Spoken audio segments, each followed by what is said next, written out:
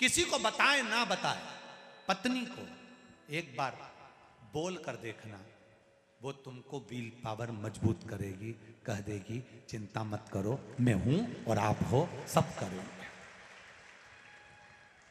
पर पति पत्नी को ऐसा धुतकार, तू चुप रहे, तेरे में अक्ल नहीं है, तू तो पगली है।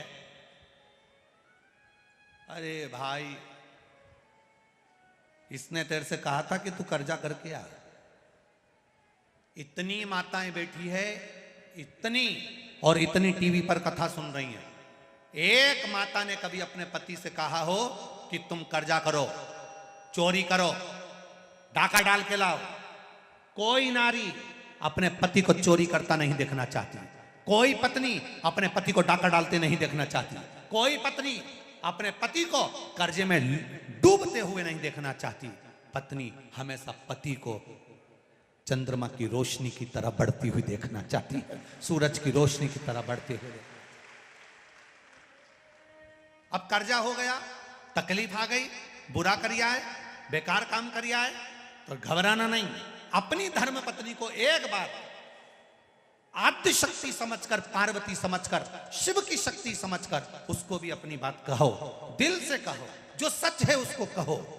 वो आद्य शक्ति के रूप में तुम्हारे साथ में बैठी है, तुमको खड्डे में नहीं पटकेगी, थोड़ा ना थोड़ा उसकी विवेक से, उसकी बुद्धि से समझाने का प्रयास करेगी, और तुमसे इतना जरूर कह देगी, अब जो हो गया हो जान दो, चिंता मत करो, होगा, देखेंगे, आप और हम है ना, टेंशन लेने की जरूरत नहीं है, सब आगे बढ़ेंगे, फिर करेंगे।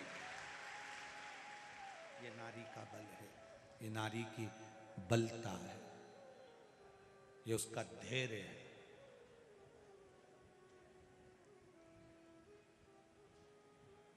धैर्य उसका।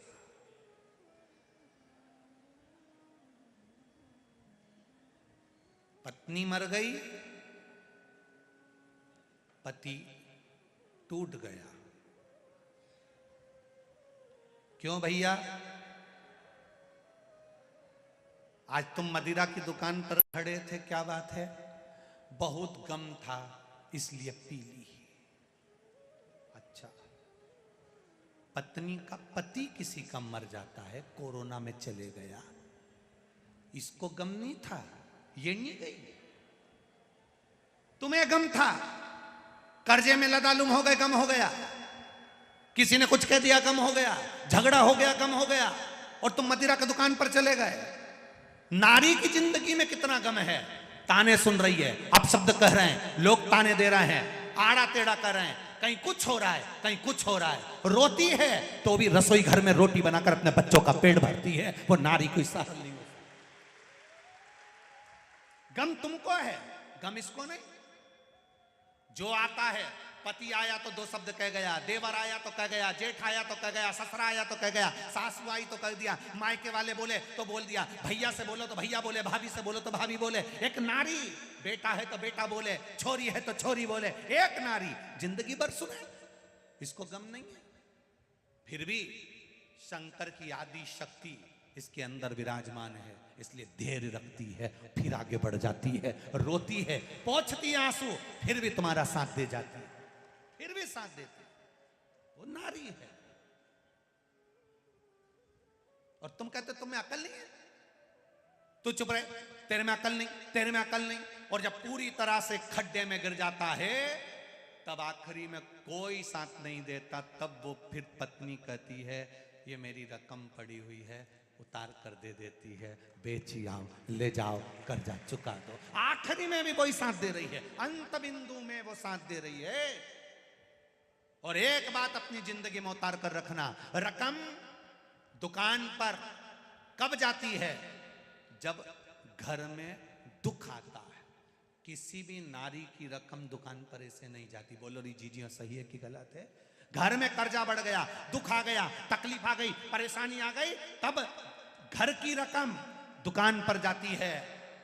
जब घर की रकम दुकान पर जाती है, जब दुख आता है, जब दुख आता है तो सोने की रकम दुकान पर जाती है। उसी तरह जब जिंदगी में दुख आए तो इस मनुष्य के शरीर को, इस रकम को भी महादेव के चरणों में उस दुकान पर ले जाओ तो शिव संभाल ले।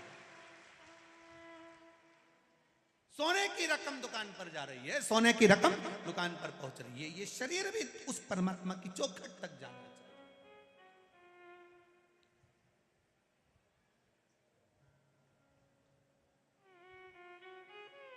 हम उसके भरोसे।